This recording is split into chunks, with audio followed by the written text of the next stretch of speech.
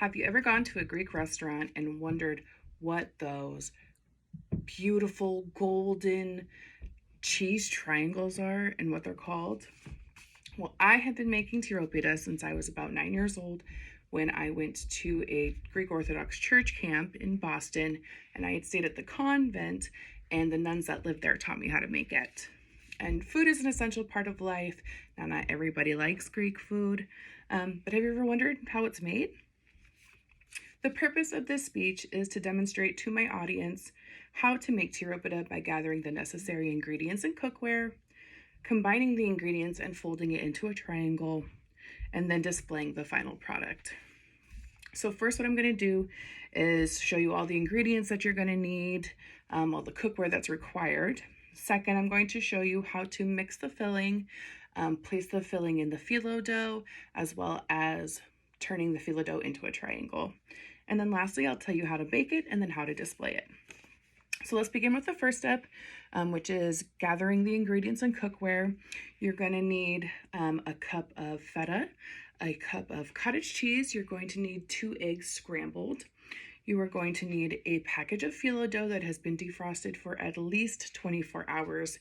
You are also going to need a cup of melted butter. I do have all these ingredients here for display for you. This is what the phyllo dough looks like. Great. You're also going to need some pepper for flavoring. Now, white pepper is preferred, but if you don't have that, it is okay to use the black pepper. For mixing purposes, we are going to need a mixing bowl, a mixing spoon, a cup measurer, a basting brush, and then a serving dish as well as a baking tray. Now, we're also going to need some wet paper towels, and I'll show you why in just a little bit.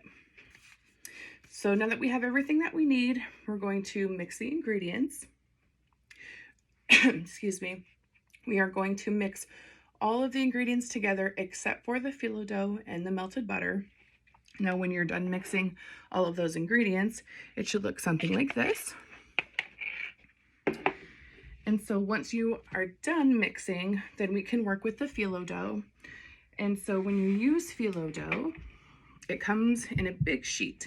Now, we don't need to use the whole sheet at once. We are going to divide it into thirds, which I have done here. It comes in a plastic wrapper. The phyllo dough that you're not going to use right away needs to be covered back in that plastic, covered with a wet paper towel to keep it from drying out. So we can just set the back aside, and we are going to work with our sheet of phyllo dough. You grab about 3 sheets, whatever really comes together, and we are going to put the filling in the bottom right corner, like so. So the filling is there. We are going to take our melted butter, and we are going to butter the whole sheet. Doesn't have to be pretty, just butter is good. So we do so. Now, what we are going to do is take our corner, and we are going to take the bottom right corner and fold it diagonally across to a top left to make a triangle shape to begin with. Each time you fold the phyllo dough, it needs to be smothered in butter. So we've done diagonal. Now we're going to go up. We are going to go up like so, and then we're going to butter. So we are going to repeat this diagonal up process until this whole sheet is used up, like so.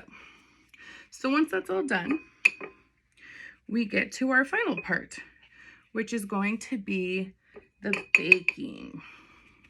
So we are going to bake our triangles at 350 degrees for about 25 minutes or until they're golden brown, whichever comes first.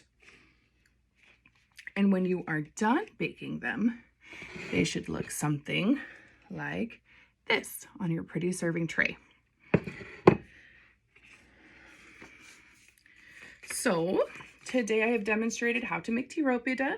I have shown you how to gather ingredients, cookware, mix the ingredients, make the triangle, as well as baking and displaying. And even if you don't like Greek food, at least you know how to make it now for somebody that does. Enjoy.